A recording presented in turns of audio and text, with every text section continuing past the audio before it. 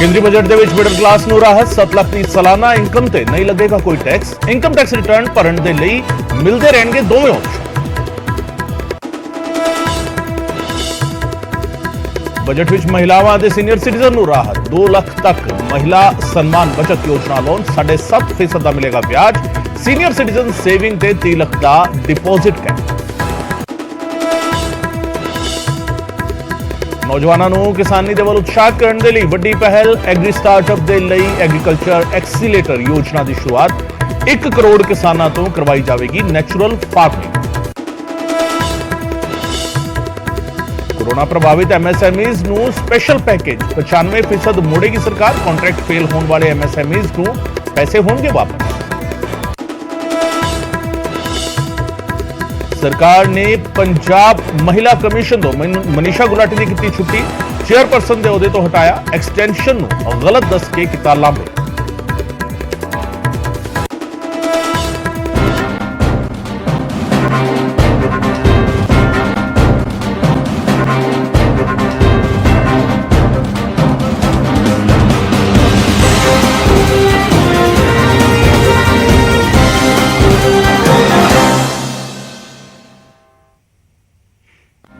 News 18 Punjab Haryana वेखे दर्शकों का स्वागत है। मैं हां गगनदीप चौहान। देश का बजट पेश हो चुका है। खजाना मंत्री निर्मला सीतारमण ने बजट पेश कर चुके हैं और इस बजट दे विच जिसकी उड़ीक कर रहा सीगा टैक्स पेयर उस स्लैब दा उस ऐलान दा जिक्र इस बजट दे विच होया है।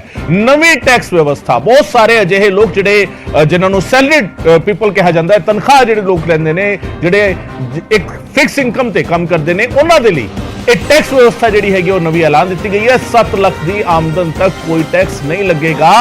यह अज दी सब तो वड्डी खबर है।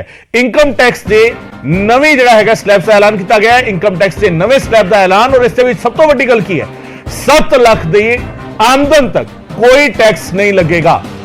इस वेले की सब तो अहम खबर जी देश के बहुते लोगों के नाल जुड़ी है। 7 लाख तो वधण ते 3 तो 6 लाख की आमदन ते 5% ते 6 तो 9 लाख की आमदन ते 10% टैक्स जिहड़ा हैगा वो देना होगा ते 9 तो 12 लाख तक की आमदन ते 15% टैक्स जिहड़ा हैगा वो देना होगा। ये पुराने टैक्स स्लैब सीगे और हुण जिहड़ा हैगा इस टैक्स स्लैब दे विच जिहड़ा हैगा बदलाव जिहड़ा हैगा किया गया। इनकम टैक्स के नवे स्लैब दा जिहड़ा हैगा ऐलान कर दिता गया। 2 तरीके के स्लैब रखे गए ने। एक ओल्ड टैक्स स्लैब हैगा एक न्यू टैक्स स्लैब हैगा। सो इस दे विच जिहड़ा हैगा 7 लाख तो वध आमदन जिहड़ी होएगी 3 तो 6 लाख जिहड़ी हैगी उस ते 5% 6 तो 9 लाख जिहड़ा हैगा 10% ये पुराना टैक्स स्लैब सीगा। जेकर 7 लाख तो वध हुंदी आमदन तां फिर 10% टैक्स जिहड़ा हैगा वो लाया जाएगा। केंद्रीय बजट दे विच कितना किते मिडिल क्लास में एक राहत मिलती नजर आ रही है। 7 लाख तक की आमदन तक कोई टैक्स नहीं है। 7 लाख तो वधन ते जिहड़ा हैगा उस दे विच टैक्स स्लैब जिहड़ा हैगा वो रखियां गईयां ने।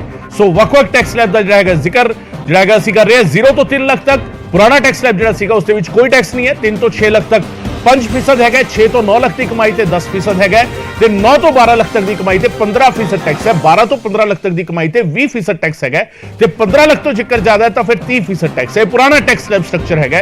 इस बार जिहड़ा हैगा उससे भी सीधा है कि 7 लाख तक की आमदन ते कोई टैक्स नहीं है। 7 लाख तो ऊपर है तो फिर 10% दा टैक्स जिहड़ा हैगा उस टैक्स स्लैब रखा गया है। एक दिन किते एक इंटरेस्टिंग पॉइंट इस बार के बजट का रहा और जिसनों सुनना चाहते थे लोग जिहड़ा है उड़ीक रहे थे।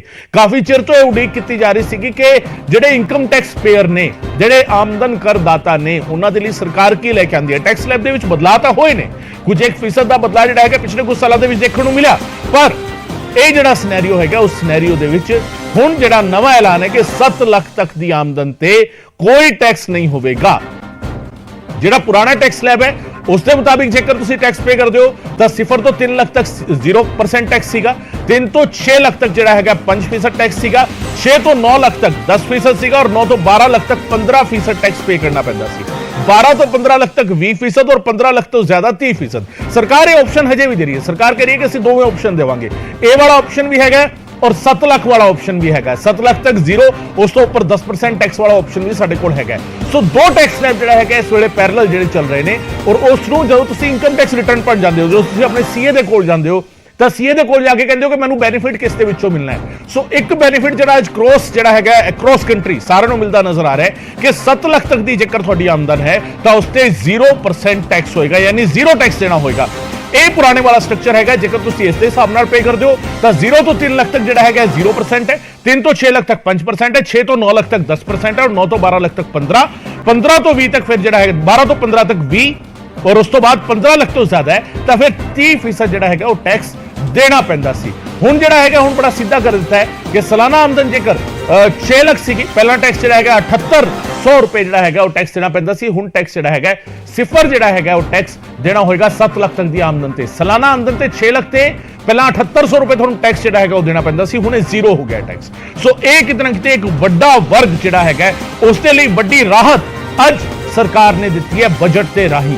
ਤੇ ਸਾਲਾਨਾ ਆਮਦਨ ਜੇਕਰ ਤੁਹਾਡੀ 6 ਲੱਖ ਹੈ ਯਾਨੀ 6 ਲੱਖ ਤੱਕ ਦੀ ਆਮਦਨ ਜਿਸ ਦੀ ਹੈਗੀ ਹੈ, ਇਸ ਨੂੰ ਮੋٹے-ਮੋٹے ਲਫ਼ਜ਼ਾਂ ਵਿੱਚ ਜੇਕਰ ਸਮਝਿਆ ਜਾਵੇ ਤਾਂ 50,000 ਰੁਪਏ ਮਹੀਨੇ ਤਨਖਾਹ ਲੈਣ ਵਾਲੇ ਲੋਕ ਜਿਹੜੇ ਨੇ ਉਹਨਾਂ ਨੂੰ ਜ਼ੀਰੋ ਟੈਕਸ ਜਿਹੜਾ ਹੈਗਾ ਉਹ ਦੇਣਾ ਹੋਏਗਾ ਸਾਲ ਦਾ। ਸਾਲਾਨਾ ਆਮਦਨ ਜਿਹੜੀ ਹੈਗੀ ਹੈ, ਪਹਿਲਾਂ ਜਿਹੜਾ ਸੀਗਾ ਟੈਕਸ ਜਿਹੜਾ ਸੀਗਾ 7800 ਰੁਪਏ ਸੀਗਾ। ਸਾਲਾਨਾ ਆਮਦਨ ਜੇ 7 ਲੱਖ ਹੈਗੀ ਹੈ ਯਾਨੀ 50,000 ਤੋਂ ਵੀ ਵੱਧ ਜੇਕਰ ਤੁਹਾਡੀ ਆਮਦਨ ਹੈ, ਤਕਰੀਬਨ 60,000 ਦੇ ਕਰੀਬ ਜੇਕਰ ਆਮਦਨ ਮੰਨ ਲਈ ਜਾਵੇ ਤਾਂ ਉਸ ਦੇ ਵਿੱਚ ਵੀ ਤੁਹਾਨੂੰ ਜ਼ੀਰੋ ਟੈਕਸ ਦੇਣਾ ਹੋਏਗਾ। 7 ਲੱਖ ਦੀ ਆਮਦਨ ਤੇ ਵੀ ਟੈਕਸ ਜਿਹੜਾ ਹੈਗਾ ਉਹ ਜ਼ੀਰੋ ਰਹੇਗਾ। ਸੋ ਇਹ ਆਪਣੇ ਆਪ ਵਿੱਚ ਟੈਕਸ ਸਲੈਬ ਜਿਹੜੇ ਦੋ ਪੈਰਲਲ ਟੈਕਸ ਸਲੈਬ ਚੱਲ ਰਹੇ ਨੇ ਤੇ ਉਸ ਦੇ ਵਿੱਚ ਜਿਹੜਾ ਸਾਲਾਨਾ ਆਮਦਨ 8 ਲੱਖ ਤੇ ਟੈਕਸ ਸੀਗਾ, ਪਹਿਲਾਂ 40,800 ਰੁਪਏ ਟੈਕਸ ਸੀਗਾ, ਹੁਣ ਜਿਹੜਾ ਟੈਕਸ ਹੈਗਾ 36,400 ਰੁਪਏ ਟੈਕਸ ਜਿਹੜਾ ਹੈਗਾ ਉਹ ਦੇਣਾ ਹੋਏਗਾ। ਸਾਲਾਨਾ ਆਮਦਨ ਜਿਨ੍ਹਾਂ ਦੀ 8 ਲੱਖ ਰੁਪਏ ਹੋਏਗੀ। ਸੋ ਤੁਸੀਂ ਕੈਲਕੂਲੇਟ ਕਰ ਸਕਦੇ ਹੋ ਤੁਹਾਡੀ ਆਮਦਨ ਜਿਹੜੀ ਹੈਗੀ ਹੈ, ਇੱਕ ਮਹੀਨੇ ਦੀ ਤਨਖਾਹ ਕਿੰਨੀ ਆਉਂਦੀ ਹੈ ਉਸ ਨੂੰ 12 ਦੇ ਨਾਲ ਮਲਟੀਪਲਾਈ ਕਰਨਾ, ਸਾਲਾਨਾ ਆਮਦਨ ਆ ਗਈ, ਉਸ ਦੇ ਹਿਸਾਬ ਨਾਲ ਤੁਹਾਨੂੰ ਇਹ ਦੱਸ ਰਹੇ ਹਾਂ ਕਿ ਟੈਕਸ ਸਟਰਕਚਰ ਜਿਹੜਾ ਹੈਗਾ ਉਹ ਕਿਸ ਤਰੀਕੇ ਤੁਹਾਨੂੰ ਬੈਨੀਫਿਟ ਦੇਗਾ ਔਰ ਕਿੰਨਾ ਪੈਸਾ ਜਿਹੜਾ ਹੈਗਾ ਉਹ ਤੁਹਾਨੂੰ ਟੈਕਸ ਦੇ ਵਿੱਚ ਦੇਣਾ ਪੈ ਸਕਦਾ ਹੈ ਔਰ ਕਿਸ ਤਰੀਕੇ ਇਸ ਨੂੰ ਸੇਵ ਕਰ ਸਕਦੇ ਹੋ। ਸੇਵਿੰਗਸ ਬਿਲਕੁਲ ਸੇਵਿੰਗਸ ਕਿੰਨੀਆਂ ਕਰਦੇ ਹੋ ਤੁਸੀਂ ਉਹ ਆਪਣੇ ਆਪ ਵਿੱਚ ਜਿਹੜਾ ਹੈਗਾ ਉਹ ਦੇਖਣਾ ਹੋਏਗਾ। तो इस बजट के ਵੱਖ-ਵੱਖ ਪਹਿਲੂਆਂ ਤੇ ਅਸੀਂ ਚਰਚਾ ਕਰ ਰਹੇ ਹਾਂ, ਲਗਾਤਾਰ ਮਹਿਮਾਨਾਂ ਦੇ ਨਾਲ ਅਸੀਂ ਗੱਲਬਾਤ ਕਰ ਰਹੇ ਹਾਂ। ਨਿਊਜ਼ 18 ਪੰਜਾਬ ਦੇ ਮੰਚ ਤੇ ਅਸੀਂ ਲਗਾਤਾਰ ਆਪਣੇ ਖਾਸ ਮਹਿਮਾਨਾਂ ਦੇ ਨਾਲ ਗੱਲ ਕਰ ਰਹੇ ਹਾਂ ਔਰ ਵੱਖ-ਵੱਖ ਪਹਿਲੂ ਸਮਝਣ ਦੀ ਕੋਸ਼ਿਸ਼ ਕਰ ਰਹੇ ਹਾਂ। ਕੇਂਦਰੀ ਬਜਟ ਤੇ ਗੱਲਬਾਤ ਦੇ ਲਈ ਸਾਡੇ ਨਾਲ ਇਸ ਵੇਲੇ ਪੰਜਾਬ ਦੇ ਲੀਡਿੰਗ ਪ੍ਰਤੀਕ ਮਿੱਤਲ ਨੇ, ਪ੍ਰਤੀਕ ਮਿੱਤਲ ਸੁਸ਼ਮਾ ਗਰੁੱਪ ਦੇ ਐਗਜ਼ੀਕਿਊਟਿਵ ਡਾਇਰੈਕਟਰ ਨੇ, ਉਹਨਾਂ ਦੇ ਨਾਲ ਗੱਲ ਕਰਦੇ ਹਾਂ। ਪ੍ਰਤੀਕ ਬਹੁਤ-ਬਹੁਤ ਸਵਾਗਤ ਹੈ ਸਭ ਤੋਂ ਪਹਿਲਾਂ। ਰੀਅਲ ਐਸਟੇਟ ਦੇ ਲਈ, ਰੀਅਲ ਐਸਟੇਟ ਸੁਪਨਿਆਂ ਦਾ ਘਰ, ਐਡਵਰਟਾਈਜ਼ਮੈਂਟ ਵਿੱਚ ਤਾਂ ਲੋਕ ਸੁਣਦੇ ਨੇ, ਇਸ ਬਜਟ ਨੇ ਉਹ ਸੁਪਨਿਆਂ ਦਾ ਘਰ ਲੋਕਾਂ ਦੇ ਨੇੜੇ ਕੀਤਾ ਹੈ ਜਾਂ ਲੋਕਾਂ ਤੋਂ ਥੋੜਾ ਜਿਹਾ ਦੂਰ ਹਜੇ ਰਹਿ ਗਿਆ? ਜਿੱਦਾਂ ਤੁਸੀਂ ਮੈਂਸ਼ਨ ਕੀਤਾ, ਇਨਕਮ ਟੈਕਸ ਸਲੈਬ ਦੇ ਵਿੱਚ ਜੋ ਚੇਂਜ ਆਇਆ ਹੈ ਉਹਦੇ ਨਾਲ ਲੋਕਾਂ ਦੇ ਹੱਥ ਵਿੱਚ ਜੋ ਡਿਸਪੋਜ਼ੇਬਲ ਇਨਕਮ ਜਿਹਨੂੰ ਆਪਾਂ ਕਹਿੰਦੇ ਆ ਉਹ ਵਧੀ ਹੈ। ਨੈਟ ਇਨਕਮ ਟੈਕਸ ਜੋ ਉਹ ਸਾਲ ਦੇ ਵਿੱਚ ਪੇ ਕਰਦੇ ਸੀ ਉਹਦੇ ਚ 20 ਤੋਂ 25% ਦੀ ਕਮੀ ਆਈ ਹੈ। ਤੇ ਜਦ ਵੀ ਇੱਕ ਬਾਇਰ ਦੇ ਹੱਥ ਚ ਡਿਸਪੋਜ਼ੇਬਲ ਇਨਕਮ ਵੱਧਦੀ ਹੈ ਉਹ ਕੰਫਰਟੇਬਲ ਹੋ ਜਾਂਦਾ ਹੈ ਵੀ ਉਹ ਆਪਣੀ EMI ਨੂੰ ਉਸ ਹਿਸਾਬ ਨਾਲ ਵਧਾ ਸਕੇ ਤੇ ਇੱਕ ਬਿਹਤਰੀਨ ਕੁਆਲਿਟੀ ਦਾ ਘਰ ਪਰਚੇਜ਼ ਕਰ ਸਕੇ। ਉਹ ਯਾਨੀ ਪਾਰਟਿਕੂਲਰ ਜੇਕਰ ਅਸੀਂ ਰੀਅਲ ਐਸਟੇਟ ਦੀ ਗੱਲ ਕਰੀਏ, ਕਿਉਂਕਿ ਪਿਛਲੀ ਵਾਰ ਦਾ ਜਿਹੜਾ ਬਜਟ ਸੀਗਾ ਉਸ ਦੇ ਵਿੱਚ ਅਸੀਂ ਇਹ ਦੇਖਿਆ ਸੀਗਾ 48,000 ਕਰੋੜ ਜਿਹੜਾ ਹੈਗਾ ਉਹ ਰੀਅਲ ਐਸਟੇਟ ਦੇ ਆਲੇ ਦੁਆਲੇ ਜਿਹੜਾ ਹੈਗਾ ਉਹ ਰਿਹਾ ਸੀਗਾ ਲਾਸਟ ਬਜਟ ਦੇ ਵਿੱਚ।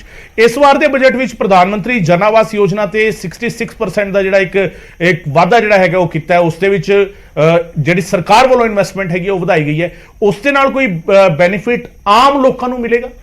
ਡੈਫੀਨੇਟਲੀ ਜੀ, ਜਿਹੜਾ ਪ੍ਰਧਾਨ ਮੰਤਰੀ ਆਵਾਸ ਯੋਜਨਾ ਹੈ ਇਹ ਪਿਛਲੇ ਕਈ ਸਾਲਾਂ ਤੋਂ ਇੱਕ ਬਹੁਤ ਹੀ ਅਹਿਮ ਰੋਲ ਪਲੇ ਕਰ ਰਹੀ ਹੈ ਸੋਸਾਇਟੀ ਦੇ ਅੰਦਰ। ਇਹ ਬਹੁਤ ਹੀ ਫਲੈਗਸ਼ਿਪ ਸਕੀਮ ਹੈ ਗਵਰਨਮੈਂਟ ਦੀ ਤੇ ਇਹਦੇ ਥਰੂ ਬਹੁਤ ਗਰੀਬ ਫੈਮਲੀਜ਼ ਨੂੰ ਘਰ ਮਿਲ ਰਹੇ ਹੈ। ਬਹੁਤ ਤਰ੍ਹਾਂ ਦੀ ਇਨਸੈਂਟੀਵਾਈਜੇਸ਼ਨ ਸਕੀਮਸ ਬਾਇਰ ਨੂੰ, ਬਣਾਉਣ ਵਾਲੇ ਨੂੰ, ਬਿਲਡਰਸ ਨੂੰ ਇਹਦੀ ਅੰਡਰ ਦਿੱਤੀਆਂ ਗਈਆਂ ਇਨ ਦ ਪਾਸਟ। ਅਫੋਰਡੇਬਲ ਹਾਊਸਿੰਗ ਦੇ ਅੰਦਰ ਬਹੁਤ ਸਾਰੇ ਇਨਸੈਂਟਿਵਸ ਵੀ ਲਾਂਚ ਕੀਤੇ ਗਏ ਹੈ ਤੇ ਜੇ ਉਹਦੇ ਅੰਦਰ ਗਵਰਨਮੈਂਟ ਨੇ 66% ਦਾ ਬਜਟ ਇਨਕਰੀਜ਼ ਕੀਤਾ ਹੈ, ਇਹ ਬਹੁਤ ਹੀ ਬੜਾ ਇਨਕਰੀਜ਼ ਹੈ। 66% ਬਹੁਤ ਹੀ ਬੜੀ ਅਮਾਉਂਟ ਬਣਦੀ ਹੈ ਤੇ ਐਂਡ ਡੈਫੀਨੇਟਲੀ ਆਉਣ ਵਾਲੇ ਸਮੇਂ 'ਚ ਲੋਕਾਂ ਨੂੰ ਆਪਣਾ ਸੁਪਨਿਆਂ ਦਾ ਘਰ ਮਿਲਣ ਦੀ ਪੋਸੀਬਿਲਿਟੀ ਹੋਰ ਜ਼ਿਆਦਾ ਬਿਹਤਰ ਹੋਏਗੀ।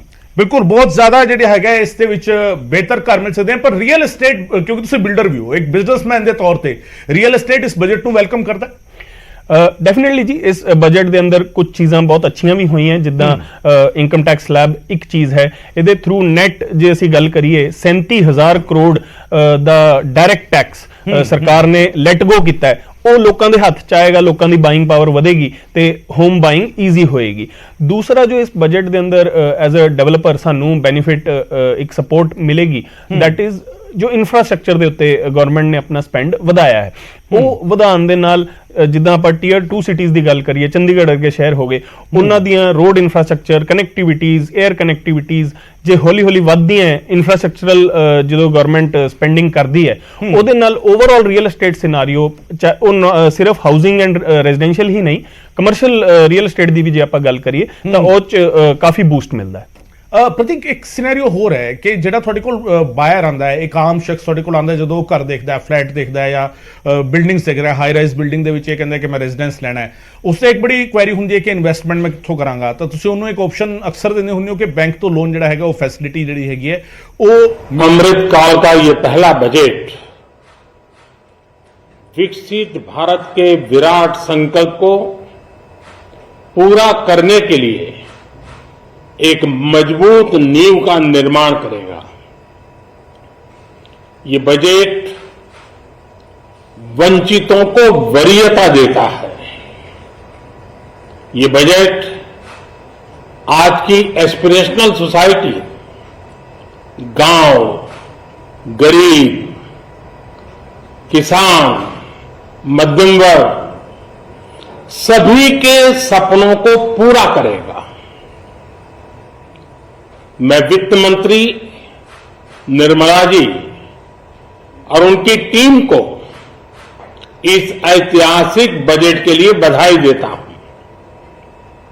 साथियों, परंपरागत रूप से अपने हाथ से औजारों और टूल्स से कड़ी मेहनत कर कुछ न कुछ सृजन करने वाले करोड़ों विश्वकर्मा इस देश के निर्माता है। लोहार, सुनार, कुम्हार, सुथार, मूर्तिकार, कारीगर, मिस्त्री, अनगिनत लोगों की बहुत बड़ी लंबी लिस्ट है।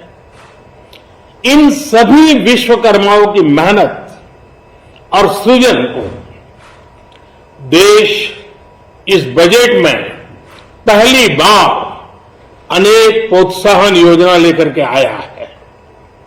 ऐसे लोगों के लिए ट्रेनिंग, टेक्नोलॉजी, क्रेडिट और मार्केट सपोर्ट की व्यवस्था की गई है। पीएम विश्वकर्मा कौशल सम्मान यानी पीएम विकास करोड़ों विश्वकर्माओं के जीवन में बहुत बड़ा बदलाव लाएगा। साथियों, शहरी महिलाओं से लेकर गांव में रहने वाली महिलाएं हो,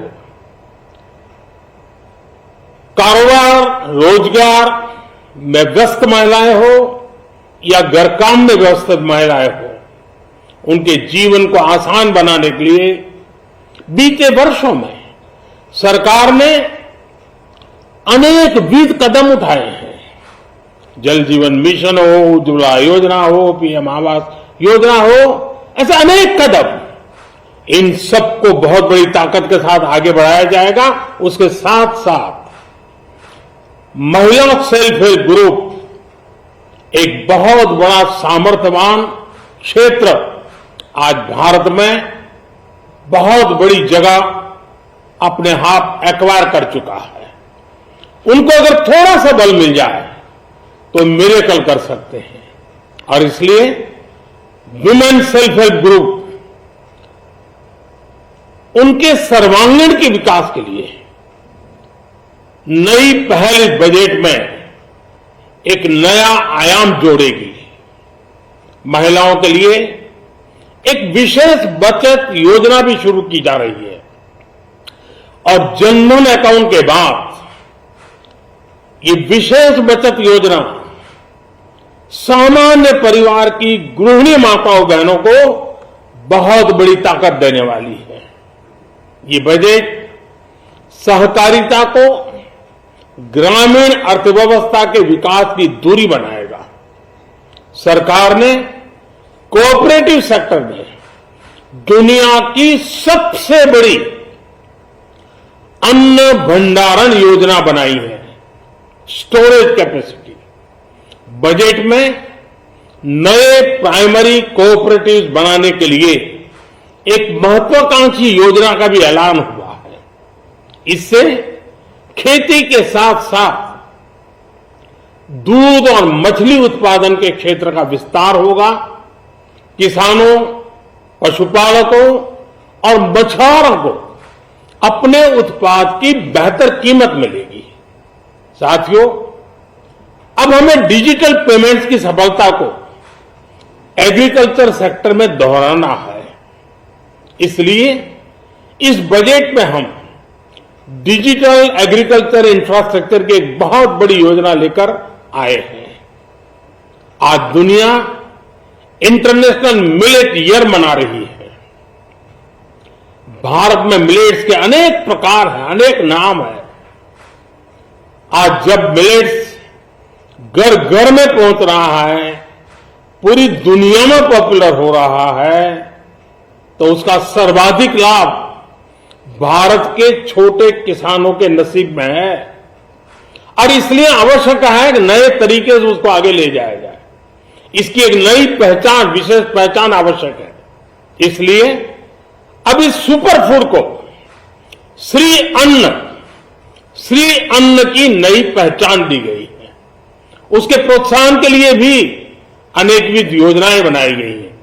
श्री अन्न को दी गई प्राथमिकता से देश के छोटे किसानों, हमारे आदिवासी भाई बहन जो किसानी करते हैं, उनको आर्थिक संबल मिलेगा और देशवासियों को एक स्वस्थ जीवन मिलेगा।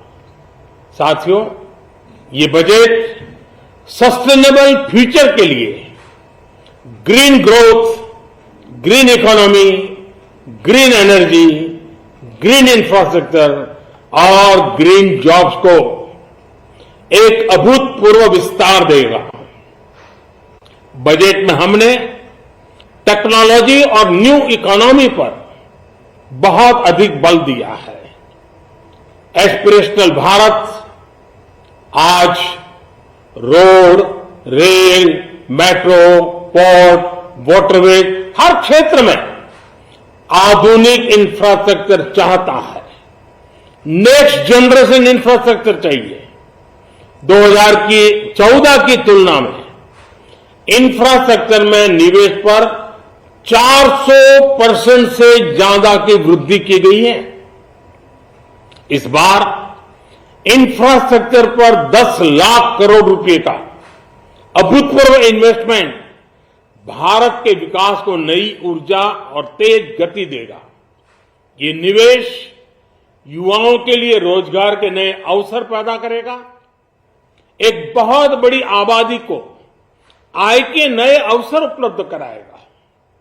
इस बजट में ईज ऑफ डूइंग बिजनेस के साथ साथ हमारे उद्योगों के लिए क्रेडिट सपोर्ट और रिफॉर्म्स के अभियान को आगे बढ़ाया गया है। एमएसएमई के लिए 2 लाख करोड़ रुपए के अतिरिक्त ऋण की गारंटी की व्यवस्था की गई है। अब प्रिजम्पटिव टैक्स की लिमिट बढ़ने से एमएसएमई को ग्रो करने में मदद मिलेगी। बड़ी कंपनियां द्वारा एमएसएमई को समय पर पेमेंट मिले, इसके लिए नई व्यवस्था बनाई गई है। साथियों, बहुत तेजी से बदलते भारत में मध्यम वर्ग, विकास हो या व्यवस्था हो, साहस हो या संकल्प लेने का सामर्थ्य हो, जीवन के हर क्षेत्र में आज भारत का मध्यम वर्ग एक प्रमुख धारा बना हुआ है।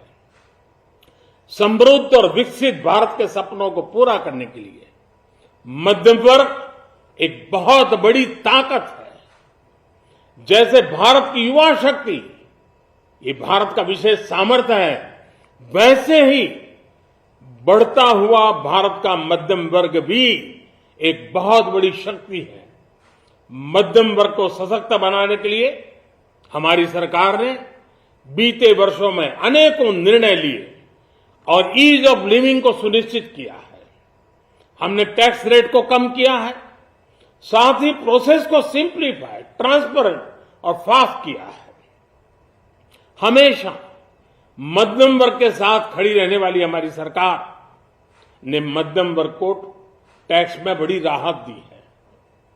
इस सर्वस्पर्शी और विकसित भारत के निर्माण को गति देने वाले बजट के लिए मैं फिर एक बार निर्मला जी और उनकी पूरी टीम को बहुत बहुत बधाई देता हूं और देशवासियों को भी बहुत बधाई के साथ साथ मैं आह्वान करता हूं, आइए अब नया बजट आपके सामने है, नए संकल्पों को लेकर के चल पड़े।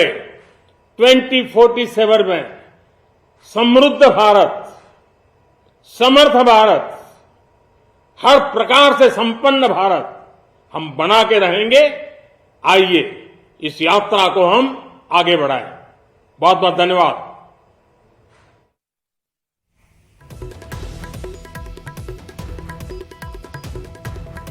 ਸੋ ਪ੍ਰਧਾਨ ਮੰਤਰੀ ਨੇ ਆਪਣੀ ਤਕਰੀਰ ਦੇ ਵਿੱਚ ਬਜਟ ਦੀ ਤਾਰੀਫ ਕੀਤੀ, ਨੂੰ ਬਹੁਤ ਕੁਝ ਦਿੱਤਾ ਇਸ ਦਾ ਉਹਨਾਂ ਨੇ ਜ਼ਿਕਰ ਕੀਤਾ। ਅੰਮ੍ਰਿਤਕਾਲ ਦਾ ਇਹ ਪਹਿਲਾ ਬਜਟ ਸੀਗਾ, ਪ੍ਰਧਾਨ ਮੰਤਰੀ ਨੇ ਕਿਹਾ, ਔਰ ਨਾਲ ਹੀ ਜਿਹੜਾ ਹੈਗਾ ਆਮ ਲੋਕਾਂ ਤੇ ਅਸੀਂ ਧਿਆਨ ਕੇਂਦਰਿਤ ਕੀਤਾ ਹੈ। ਪਿੰਡ, ਕਿਸਾਨ ਅਤੇ ਗਰੀਬ ਦਾ ਇਹ ਬਜਟ ਸੀਗਾ। ਪੀਐਮ ਨੇ 3 ਲਫ਼ਜ਼ਾਂ ਦੇ ਵਿੱਚ ਬਜਟ ਨੂੰ ਸਮੇਟਿਆ, ਸੁਪਨਿਆਂ ਨੂੰ ਪੂਰਾ ਕਰਨ ਵਾਲਾ ਬਜਟ ਹੈਗਾ। ਬਜਟ ਨੂੰ ਪਰਿਭਾਸ਼ਿਤ ਕੀਤਾ ਪ੍ਰਧਾਨ ਮੰਤਰੀ ਨੇ, ਔਰ ਇਸ ਦੇ ਨਾਲ ਹੀ ਕਿਹਾ ਕਿ ਅੰਮ੍ਰਿਤਕਾਲ ਦਾ ਇਹ ਪਹਿਲਾ ਬਜਟ ਸੀ ਜਿਸ ਦੇ ਵਿੱਚ ਅਸੀਂ ਕਿਸਾਨੀ ਦੇ ਵੱਲ ਧਿਆਨ ਦਿੱਤਾ, ਆਮ ਲੋਕਾਂ ਦੇ ਵੱਲ ਧਿਆਨ ਦਿੱਤਾ, ਔਰ ਟੈਕਸ ਪੇਅਰਸ ਦੇ ਨਾਲ ਸਰਕਾਰ ਲਗਾਤਾਰ ਖੜੀ ਰਹੀ ਹੈ। ਔਰ ਇਸ ਵਾਰ ਟੈਕਸ ਪੇਅਰਸ ਦੇ ਲਈ ਜਿਹੜੇ ਐਲਾਨ ਕੀਤੇ ਨੇ ਉਸ ਦਾ ਜ਼ਿਕਰ ਵੀ ਪ੍ਰਧਾਨ ਮੰਤਰੀ ਨੇ ਕੀਤਾ ਹੈ। ਅੰਮ੍ਰਿਤਕਾਲ ਦਾ ਇਹ ਪਹਿਲਾ ਬਜਟ, ਇਸ ਦੇ ਨਾਲ ਹੀ ਪ੍ਰਧਾਨ ਮੰਤਰੀ ਨੇ ਜਿਸ ਤਰੀਕੇ ਪਰਿਭਾਸ਼ਿਤ ਕੀਤਾ ਹੈ ਉਸ ਤੇ ਵੀ ਅਸੀਂ ਗੱਲ ਕਰਦੇ ਹਾਂ। ਪ੍ਰਤੀਕ ਲਗਾਤਾਰ ਸਾਡੇ ਨਾਲ ਮੌਜੂਦ ਨੇ। ਪ੍ਰਤੀਕ ਮਿੱਤਲ ਸੁਸ਼ਮਾ ਗਰੁੱਪ ਦੇ ਐਗਜ਼ੀਕਿਊਟਿਵ ਡਾਇਰੈਕਟਰ ਨੇ। ਪ੍ਰਤੀਕ, ਪ੍ਰਧਾਨ ਮੰਤਰੀ ਨੇ ਵੀ ਜਿਸ ਤਰੀਕੇ ਇਹ ਪੂਰਾ ਸਿਨੈਰੀਓ ਇਸ ਬਜਟ ਨੂੰ ਪਰਿਭਾਸ਼ਿਤ ਕੀਤਾ, ਅੰਮ੍ਰਿਤਕਾਲ ਦਾ ਪਹਿਲਾ ਬਜਟ, ਆਮ ਲੋਕਾਂ ਦਾ ਬਜਟ, ਟੈਕਸ ਪੇਅਰਸ ਦੇ ਲਈ ਬਜਟ, ਇਨਵੈਸਟਰਸ ਦੇ ਲਈ ਬਜਟ, ਬਿਲਡਰ, ਅਸੀਂ ਰੀਅਲ ਐਸਟੇਟ ਫੀਲਡ ਦੀ ਜਦੋਂ ਗੱਲ ਕਰ ਰਹੇ ਸੀਗੇ, ਤੁਸੀਂ ਕਹਿ ਰਹੇ ਸੀ ਕਿ ਜਿਹੜਾ ਲੋਕਾਂ ਕੋਲ ਟੈਕਸ ਦਾ ਪੈਸਾ ਬਚੇਗਾ ਉਸ ਨੂੰ ਕਿਤੇ ਨਾ ਕਿਤੇ ਉਹ ਇਨਵੈਸਟ ਕਰ ਸਕਦੇ ਨੇ। ਬੂਸਟ ਕਰਨ ਦੇ ਲਈ ਜਿਹੜੀ ਸਰਕਾਰ ਨੇ ਸਕੀਮਾਂ ਪਹਿਲਾਂ ਚਲਾਈਆਂ ਸੀਗੀਆਂ, ਤੁਸੀਂ ਕਹਿ ਰਹੇ ਸੀਗੇ ਕਿ ਉਹਨਾਂ ਨੂੰ ਹੋਰ ਐਕਸਟੈਂਡ ਕਰਨਾ ਚਾਹੀਦਾ ਹੈ। ਹੋਰ ਪੈਰਲਲ ਰੀਅਲ ਐਸਟੇਟ ਦੀ ਫਿਲਹਾਲ ਕੀ ਡਿਮਾਂਡ ਹੈਗੀ ਜਿਹੜੀ ਹੋਰ ਕਰ ਸਕਦੀ ਸੀ ਕਿ ਸਰਕਾਰ, ਔਰ ਇਸ ਬਜਟ ਦੇ ਵਿੱਚ ਕਿਤੇ ਨਾ ਕਿਤੇ ਉਹ ਮਿਸਿੰਗ ਨਜ਼ਰ ਆਉਂਦੀ ਹੈ? ਰੀਅਲ एस्टेट ਸੈਕਟਰ ਦੀ ਜਿਹੜੀ ਬਹੁਤ ਸਾਲਾਂ ਤੋਂ ਇੱਕ ਪੈਂਡਿੰਗ ਡਿਮਾਂਡ ਚੱਲ ਰਹੀ ਹੈ ਉਹ ਹੈ ਇੰਡਸਟਰੀ ਸਟੇਟਸ। ਰੀਅਲ एस्टेट ਨੂੰ ਆਪਾਂ ਅੱਜ ਵੀ ਸੈਕਟਰ ਕਹਿ ਕੇ ਗੱਲ ਕਰਦੇ ਹਾਂ, ਰੀਅਲ एस्टेट ਇੰਡਸਟਰੀ ਨਹੀਂ ਕਹਿਲਾਂਦਾ। ਉਹ ਇੱਕ ਸਭ ਤੋਂ ਬੜੀ ਡਿਮਾਂਡ ਹੈ ਇਸ ਸੈਕਟਰ ਦੀ, ਜੋ ਅਸੀਂ ਚਾਹੁੰਦੇ ਹਾਂ ਕਿ ਸਰਕਾਰ ਉਸ ਤੇ ਗੌਰ ਕਰੇ। ਤੇ ਦੂਸਰਾ ਹੈ ਅਪਰੂਵਲ ਪ੍ਰੋਸੈਸ। ਜਿਹੜਾ ਰੀਅਲ एस्टेट ਦਾ ਇੰਡੀਆ ਦੇ ਵਿੱਚ ਅਪਰੂਵਲ ਪ੍ਰੋਸੈਸ ਹੈ, ਸਟੇਟਸ ਦੇ ਵਿੱਚ ਅਪਰੂਵਲ ਪ੍ਰੋਸੈਸ ਹੈ, ਉਹ ਬਹੁਤ ਹੀ ਲੰਬਾ ਹੈ, ਜਿਹਦੇ ਕਰਕੇ ਬਿਲਡਰਸ ਦੀ ਕਾਸਟ ਵੀ ਵੱਧਦੀ ਹੈ, ਜੋ ਕਿ ਅਲਟੀਮੇਟਲੀ ਬਾਇਰ ਲਈ ਫਲੈਟ ਨੂੰ ਮਹਿੰਗਾ ਕਰਦੀਆਂ। ਜੇ ਸਰਕਾਰ ਉਸ ਤੇ ਵੀ ਉਸ ਪ੍ਰੋਸੈਸ ਨੂੰ ਫਾਸਟਨ ਕਰ ਸਕੇ ਤਾਂ ਵੀ ਆਰ ਸ਼ੋਰ ਕਿ ਕਸਟਮਰ ਨੂੰ ਇਸ ਚੀਜ਼ ਦਾ ਬਹੁਤ ਬੈਨੀਫਿਟ ਮਿਲੇਗਾ। ਅਸੀਂ ਗੱਲ ਕਰ ਰਹੇ ਸੀਗੇ PMJY ਦੀ ਗੱਲ ਕਰ ਰਹੇ ਸੀਗੇ, 66% ਉਸ ਦਾ ਬਜਟ ਜਿਹੜਾ ਹੈਗਾ ਇੰਕਰੀਜ਼ ਕੀਤਾ ਗਿਆ, ਔਰ ਬਹੁਤ ਜ਼ਿਆਦਾ ਮਲਟੀਪਲ ਟਾਈਮਸ ਜਿਹੜਾ ਹੈਗਾ, ਮਲਟੀਪਲ ਫੋਲਡ ਜਿਹੜਾ ਹੈਗਾ ਉਸ ਦੇ ਵਿੱਚ ਆਏ ਨੇ। ਤੇ ਇਸ ਨੂੰ ਜੇਕਰ ਇਸ ਸਿਨੈਰੀਓ ਵਿੱਚ ਦੇਖਿਆ ਜਾਵੇ ਕਿ ਇਹ ਰੀਅਲ ਐਸਟੇਟ ਦੇ ਵਿੱਚ ਨਵੇਂ ਐਂਟਰਪ੍ਰੈਨਿਓਰਸ਼ਿਪ ਨੂੰ ਵੀ ਕਿਤੇ ਨਾ ਕਿਤੇ ਜਨਮ ਦਿੰਦਾ, ਕਿਉਂਕਿ ਤੁਸੀਂ ਐਜ਼ ਅ ਬਿਲਡਰ ਇਸ ਨੂੰ ਕਿਵੇਂ ਦੇਖਦੇ ਹੋ? ਇੱਕ ਕਿਤੇ ਨਾ ਕਿਤੇ ਇਹ ਲੱਗਦਾ ਹੈ ਕਿ ਕੰਪੀਟੀਟਰਸ ਵੀ ਹੋਰ ਜ਼ਿਆਦਾ ਪੈਦਾ ਹੋਣਗੇ ਇਸ ਦੇ ਨਾਲ ਰੀਅਲ ਐਸਟੇਟ ਦੇ ਵਿੱਚ। ਸੋ ਇਹ ਵਾਲੀ ਸਪੈਂਡਿੰਗ ਯੂਜੂਲੀ ਗਵਰਨਮੈਂਟ ਆਪਣੇ ਐਂਡ ਤੇ ਕਰਦੀ ਹੈ, ਐਂਡ ਉਹ ਆਪਣੇ ਐਂਡ ਤੇ ਲੋਕਾਂ ਵਾਸਤੇ ਘਰ ਬਣਾਉਂਦੀ ਹੈਗੀ। ਮੇਜਰਲੀ ਇਹ ਚੋਂ ਜਿਹੜਾ ਬਜਟ ਜਾਂਦਾ ਹੈ, ਜੇ ਇਸ ਬਜਟ ਨੂੰ ਗਵਰਨਮੈਂਟ ਅਫੋਰਡੇਬਲ ਹਾਊਸਿੰਗ ਨੂੰ ਇਨਸੈਂਟੀਵਾਈਜ਼ ਕਰਨ ਲਈ ਵੀ ਅੱਗੇ ਯੂਜ਼ ਕਰਦੀ ਹੈ, ਚਾਹੇ ਉਹ ਅਫੋਰਡੇਬਲ ਹਾਊਸਿੰਗ ਦੇ ਅੰਦਰ GST ਦੇ ਅੰਦਰ ਕੋਈ ਰਿਆਇਤ ਹੋਵੇ, ਜਾਂ ਸਟੈਂਪ ਡਿਊਟੀਜ਼ ਦੇ ਅੰਦਰ ਕੋਈ ਰਿਆਇਤ ਹੋਵੇ, ਜਾਂ ਹੋਮ ਲੋਨਸ ਦੇ ਅੰਦਰ ਕੋਈ ਰਿਆਇਤ ਹੋਵੇ, ਤਾਂ ਇਹ ਬਜਟ ਰੀਅਲ ਐਸਟੇਟ ਡਿਵੈਲਪਰਸ ਨੂੰ ਤੇ ਬਾਇਰਸ ਨੂੰ ਪ੍ਰਧਾਨ ਮੰਤਰੀ ਆਵਾਸ ਯੋਜਨਾ ਦਾ ਜਿਹੜਾ ਐਲੋਕੇਟਡ ਬਜਟ ਹੈ ਇਹ ਹੈਲਪ ਕਰ ਸਕੇਗਾ। ਪ੍ਰਤੀਕ, ਓਵਰਆਲ ਜੇ ਮੈਂ ਇਸ ਬਜਟ ਨੂੰ ਇੱਕ ਪੈਰਾਮੀਟਰ ਤੇ ਰੱਖਾਂ, ਔਰ ਜੇਕਰ ਮੈਂ ਤੁਹਾਡੇ ਕੋਲ ਇਹ ਜਾਣਨ ਦੀ ਕੋਸ਼ਿਸ਼ ਕਰਾਂ ਕਿ ਆਊਟ ਆਫ 10 ਇੱਕ ਮੀਟਰ ਤੇ ਕਿੰਨੇ ਕੁ ਮਾਰਕਸ ਇਸ ਬਜਟ ਨੂੰ ਦਿੰਦੇ ਹੋ ਰੀਅਲ ਐਸਟੇਟ ਦੇ ਲਿਹਾਜ਼ ਦੇ ਨਾਲ ਔਰ ਬਾਇਰ ਔਰ ਬਿਲਡਰ ਦੋਵਾਂ ਦੇ ਲਿਹਾਜ਼ ਦੇ ਨਾਲ? Purely as a real estate developer I think I would rate it somewhere between 7 and 8। Okay, ਤੇ ਬਾਇਰ ਦੇ ਲਿਹਾਜ਼ ਦੇ ਨਾਲ? ਬਾਇਰ ਲਈ ਮੈਂ ਅਲਟੀਮੇਟਲੀ ਡਿਵੈਲਪਰ ਵੀ ਤਦ ਹੀ ਖੁਸ਼ ਹੈ ਜੇ ਰੀਅਲ ਐਸਟੇਟ ਦਾ ਬਾਇਰ ਖੁਸ਼ ਹੈ, ਤੇ ਇਹ ਰੇਟਿੰਗ ਕਾਮਨ ਹੀ ਹੈ ਦੋਨਾਂ ਵਾਸਤੇ। ਚਲ, ਬਹੁਤ ਬਹੁਤ ਸ਼ੁਕਰੀਆ ਪ੍ਰਤੀਕ ਸਾਡੇ ਨਾਲ ਗੱਲ ਕਰਨ ਦੇ ਲਈ। ਪ੍ਰਤੀਕ ਸਾਡੇ ਨਾਲ ਗੱਲ ਕਰ ਰਹੇ ਸੀਗੇ ਸੁਸ਼ਮਾ ਬਿਲਡਰਸ ਦੇ ਐਗਜ਼ੀਕਿਊਟਿਵ ਡਾਇਰੈਕਟਰ ਨੇ, ਸੁਸ਼ਮਾ ਗਰੁੱਪ ਦੇ ਐਗਜ਼ੀਕਿਊਟਿਵ ਡਾਇਰੈਕਟਰ ਪ੍ਰਤੀਕ ਮਿੱਤਲ। ਪ੍ਰਤੀਕ, ਬਹੁਤ ਬਹੁਤ ਸ਼ੁਕਰੀਆ ਸਾਡੇ ਨਾਲ ਗੱਲ ਕਰਨ ਦੇ ਲਈ। ਸੋ ਬਜਟ ਜਿਹੜਾ ਹੈਗਾ ਉਸ ਨੂੰ ਰੀਅਲ ਐਸਟੇਟ ਇੱਕ ਵੱਖਰੇ ਤਰੀਕੇ ਨਾਲ ਜਿਹੜਾ ਹੈਗਾ ਦੇਖਦਾ ਹੈ, ਕਿਉਂਕਿ ਕਿਤੇ ਨਾ ਕਿਤੇ ਸਰਕਾਰ ਨੇ ਸਕੀਮਸ ਦਾ ਐਲਾਨ ਤਾਂ ਕੀਤਾ ਹੈ, ਸਰਕਾਰ ਨੇ ਕਿਤੇ ਨਾ ਕਿਤੇ ਆਮ ਲੋਕਾਂ ਦੀ ਜੇਬ ਦੇ ਵਿੱਚ ਬਚਤ ਜਿਹੜੀ ਹੈਗੀ ਉਹ ਤਾਂ ਵਧਾਈ ਹੈ, ਸੇਵਿੰਗਸ ਤਾਂ ਲੋਕਾਂ ਦੀ ਪਾਕਟ ਦੇ ਵਿੱਚ ਵਧੀ ਹੈ, ਪਰ ਉਹ ਸੇਵਿੰਗਸ ਜਿਹੜੀ ਵਧੀਆਂ ਨੇ ਪਾਕਟ ਦੇ ਵਿੱਚ ਉਹ ਕਿਸ ਤਰੀਕੇ ਰੀਅਲ ਐਸਟੇਟ ਦੇ ਵਿੱਚ ਐਜ਼ ਇਨਵੈਸਟਮੈਂਟ ਆਉਣਗੀਆਂ, ਉਸ ਦੇ ਵਿੱਚ ਹੋਰ ਕੀ ਕੁਝ ਸਰਕਾਰ ਕਰ ਸਕਦੀ ਸੀ ਜਿਹੜਾ ਜਿਸ ਦੀ ਹਜੇ ਵੀ ਉਮੀਦ ਹੈਗੀ ਹੈ ਕਿ ਕਰਨਾ ਚਾਹੀਦਾ ਹੈ। ਬੈਂਕ ਲੋਨ ਨੂੰ ਲੈ ਕੇ, ਹੋਮ ਲੋਨ ਨੂੰ ਲੈ ਕੇ ਕਿਸ ਤਰੀਕੇ ਦਾ ਸਿਸਟਮ ਬਣਾਇਆ ਜਾ ਸਕਦਾ ਸੀਗਾ, ਇਹ ਸਾਰੇ ਸਵਾਲ